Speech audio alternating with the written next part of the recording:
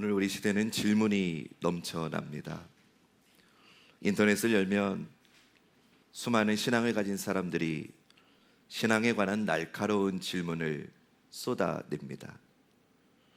하나님이 정말 계신다면 이 세상은 왜 이렇게 고통스러운가? 전쟁이나 베네수엘라 지진 같은 이런 경우이겠지요. 개인적인 것도 있지요. 왜 기도해도 응답이 없는가? 왜 하나님은 나에게 침묵하시는가? 이런 질문들은 어찌 보면 진지한 신앙의 표현처럼 들립니다. 그리고 사실 저도 이런 질문들을 가슴에 품어본 적이 있고요. 아마 여러분들도 그러시겠죠. 그런데 오늘 본문을 천천히 읽다 보면 우리는 조금 불편한 진실과 마주하게 됩니다. 예루살렘 성전에서 대제사장들과 장로들이 예수님께 다가옵니다. 그리고 그들도 질문을 가지고 있었습니다. 마태복음 21장 23절 말씀 보면 이들의 질문은 이런 거죠. 당신은 무슨 권위로 이런 일을 하시오?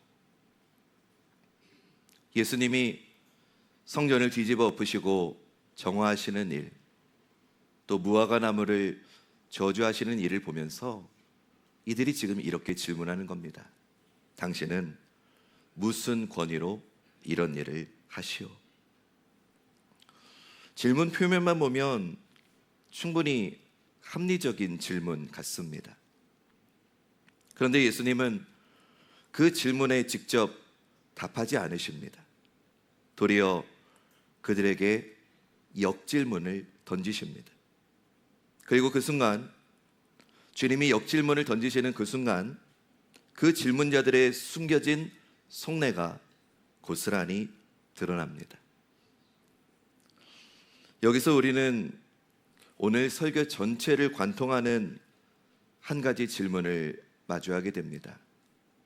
나는 지금 하나님께 질문을 던지는 심판관인가? 아니면 그분의 질문 앞에 정직하게 서야 하는 단독자인가? 이것입니다. 나는 지금 하나님께 질문을 쏟아 던지는 심판관인지, 아니면 하나님의 질문 앞에 정직하게 서야 하는 단독자인지를 오늘 말씀은 우리에게 묻고 있습니다.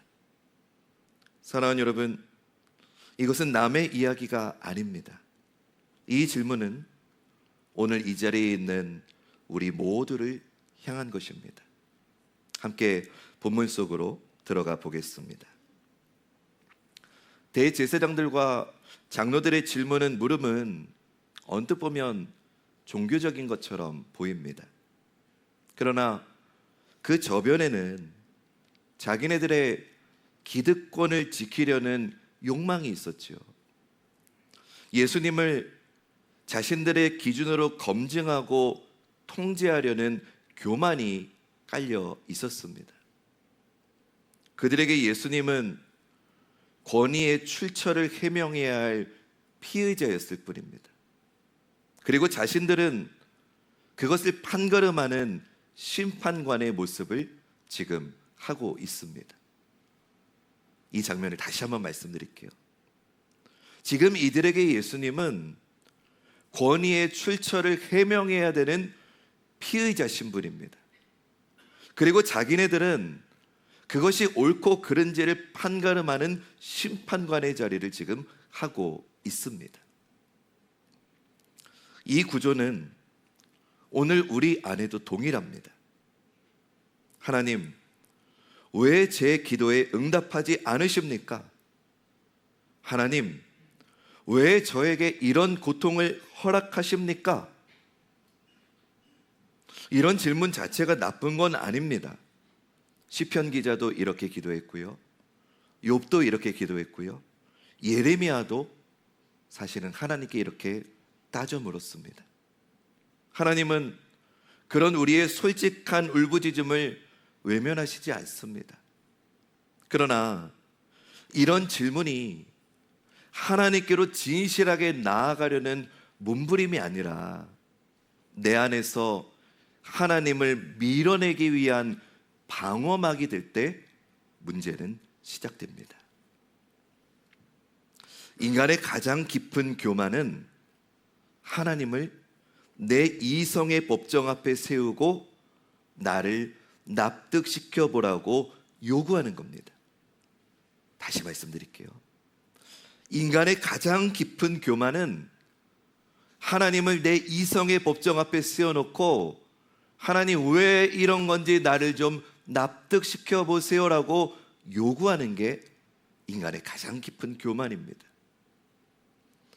물론 신앙의 언어로 포장은 되어 있겠지만 그 중심에는 나 자신이 있을 뿐입니다. 나의 합리성, 내 경험, 내 기대가 하나님을 판단하는 척도가 되어버린 겁니다. 여러분, 우리는 종종 하나님에 대해서 이야기하기는 좋아하는데 정작 나를 하나님 앞에 세우는 것은 두려워하는지 모릅니다. 다시 한번 들어보세요. 우리는 예배의 자리에서, 속회의 자리에서 하나님에 대해서 이야기하는 건 좋아합니다. 그런데 나 자신을 하나님 앞에 세우는 것은 두려워하는지 모릅니다. 우리 이것을 인지하면서 오늘 보면 25절과 26절 말씀 우리 함께 읽어봅니다. 시작.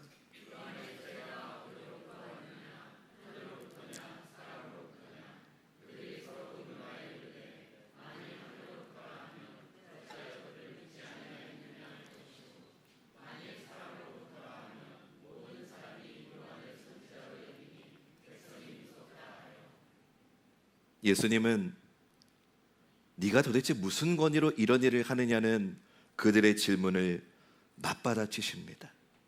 내가 묻겠다. 요한의 세례가 어디서부터 왔느냐? 하늘로부터냐?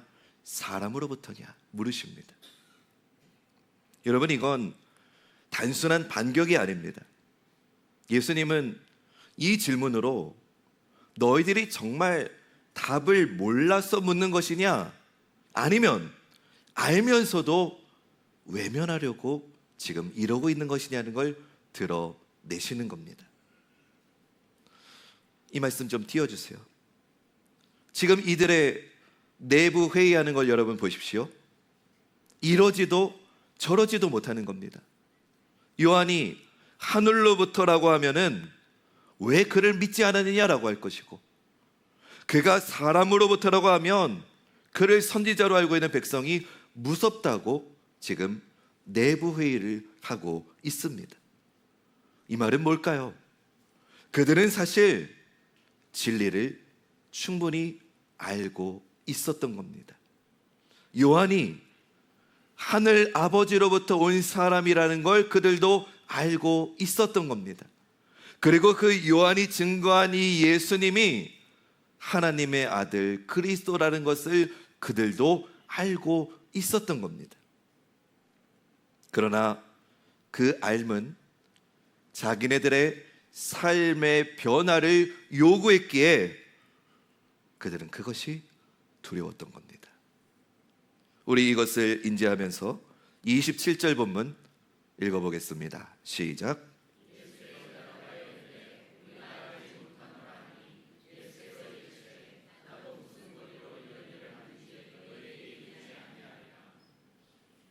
결국 그들이 하는 대답은 우리가 알지 못하노라 였습니다. 이거는 정말 모른다는 무지의 고백이 아니지요. 우리가 알지 못하노라, 이거는 책임을 지지 않겠다는 선언입니다. 알면서도 모른다고 하고 있는 겁니다. 진실 앞에서 눈을 감아버리는 겁니다. 여러분, 이것이 바로 불신앙의 민낯입니다. 알면서도 모른다고 하는 것, 진실 앞에서 눈을 감아버리는 것, 이것이 불신앙의 민낯입니다. 근데 우리도 가끔 이러지 않습니까? 우리는 사실 하나님의 뜻이 또렷하게는 보이지 않아도 우리는 대부분 다 하나님의 뜻이 무엇인지 희미하게나마 알고 있는데, 우리도 대제사장들처럼 아직 잘 모르겠어요 라고 하면서 우리를 부르시는 하나님의 부르심에 우리의 결단을 미루고 있는 건 아닙니까? 왜 그럴까요? 그 알매 수반되는 헌신이 두렵기 때문입니다. 그 진리를 통해 변화가 되어야 될 나 자신이 불편하기 때문입니다. 모른다는 그 말 뒤에서 우리는 안전하게 숨을 수 있다고 착각하는 겁니다. 근데 여러분, 그 안전이 진짜 안전인지 오늘 우리는 한번 진지하게 생각해 보아야 됩니다. 수많은 신앙적 질문 뒤에는 사실은 우리가 답을 몰라서가 아닙니다. 답이 없어서도 아닙니다. 정직하게 말하면 그 답을 내가 믿음으로 살아내야 된다는 두려움이 있는 겁니다. 예수님의 역질문은 단순히 대화를 무력화시키려는 어떤 수사학적인 그 기술이 아닙니다. 그것은 우리를 심판관의 자리에서 끌어내려서 하나님의 질문 앞에 선 존재로 세우시는 은혜로의 부르심인 줄로 믿습니다. 아멘. 크게 합시다. 우리는 심판자가 되어서는 안 됩니다. 내려와야 됩니다. 우리는 하나님의 질문 앞에 선 존재로 하나님의 질문을 들어야 되는 존재입니다. 여러분, 하나님은 우리의 지적 호기심이나 우리의 지적 신문에 취조당하시는 분이 아닙니다. 도리어 하나님이 질문하시는 분입니다. 하나님은 우리에게 질문하시는 분입니다. 뭐라고 질문하시느냐? 마태복음 16장 15절 말씀 우리 읽어볼까요? 시작. 이것이 하나님의 궁극적인 질문입니다. 너희는 나를 누구라 하느냐? 여러분, 이 질문은 그냥 히덕거리면서 커피 마시면서 대답할 수 있는 질문이 아닙니다. 우리가 우리의 삶으로 대답해야 되는 실존적인 물음입니다. 여러분, 이거 기억하십시오. 신앙은 군중 속에서 안전하게 처리되는 것이 아닙니다. 다시 말씀드릴게요. 신앙은 여러 사람들 가운데 있다고 해서 안전하게 숨겨지는 그런 거 아닙니다. 오늘 본문에 보니까 대제사장들은 서로 의논했습니다. 야, 어떻게 해야 되냐? 하늘로부터라고 하면 이렇게 되고 사람으로부터라고 하면 이렇게 된다. 서로 의논했습니다. 다시 말하면 그들은 집단적인 계산 속에서 자기네들의 진리의 응답을 숨길 수 있다고 착각했던 겁니다. 여러분, 오늘 우리도 마찬가지 아닐까요? 예배당 안에 수많은 사람들 가운데 앉아 있다는 사실이 진리로 우리를 물으시는 하나님의 질문에 우리의 대답이 되지는 않습니다. 하나님은 언제나 우리 각 사람, 우리 개인을 향해 물으십니다. 분명하게 물으십니다. 따뜻하게 물으십니다. 너는, 바로 너는 나를 누구라 하느냐? 이것이 신앙의 본질입니다. 너는 나를 누구라 하느냐? 이 질문에 여러분, 다른 누군가의 신앙을 빌려서 대답할 수 없습니다. 예수님, 제가 그리스도라는데요. 이렇게 대답할 수 없습니다. 내가 가진 신학적인 지식으로 대체할 수 없습니다. 너는 나를 누구라고 하느냐는 이 질문 앞에 우리는 하나님 앞에 단독으로 서야 합니다. 그리고 우리는 주님은 나의 그리스도이십니다라고 대답하기를 오늘 하나님의 말씀은 우리에게 요구하고 있습니다. 우리는 종종 하나님이 왜 침묵하실까 묻습니다. 근데 여러분, 그 물음이 저도 압니다. 정말 내가 얼마나 힘들고 아픈 상황 속에서 하나님 어디 계십니까? 하나님 왜 나의 부르짖음에 침묵하십니까? 라고 간구하는 것 저도 알고 있습니다. 그러나 오늘 본문을 들고 조용히 나 자신을 돌아보면 어쩌면 침묵하는 건 하나님이 아니라 나 자신이라는 것을 발견하게 됩니다. 하나님은 이미 말씀하셨지요. 성경으로, 역사로, 십자가로, 그리고 이 시간에도 살아있는 성령으로 우리에게 말씀하고 계십니다. 침묵하는 건 우리입니다. 아직 은혜가 부족해서요. 아직 믿음의 확신이 없어서요. 지금은 제가 좀 애를 키워야 될 때여서요. 지금은 제가 좀 직장 생활에 집중해야 될 때였어요. 지금은 주식이 상한가라서 지금 좀 투자해야 될 때라서요. 지금은 내 노후 좀 준비해서 자식들한테 걸림돌이 되지 않을 때라서요.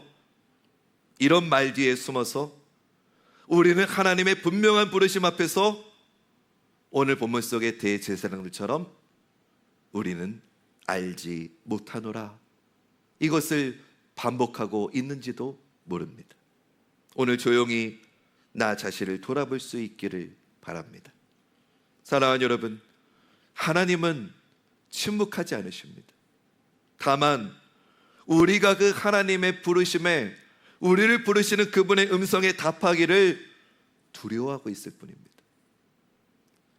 오늘 우리는 2000년 전 예루살렘 성전에서 있었던 그 자리로 하나님이 우리를 초청하신 겁니다.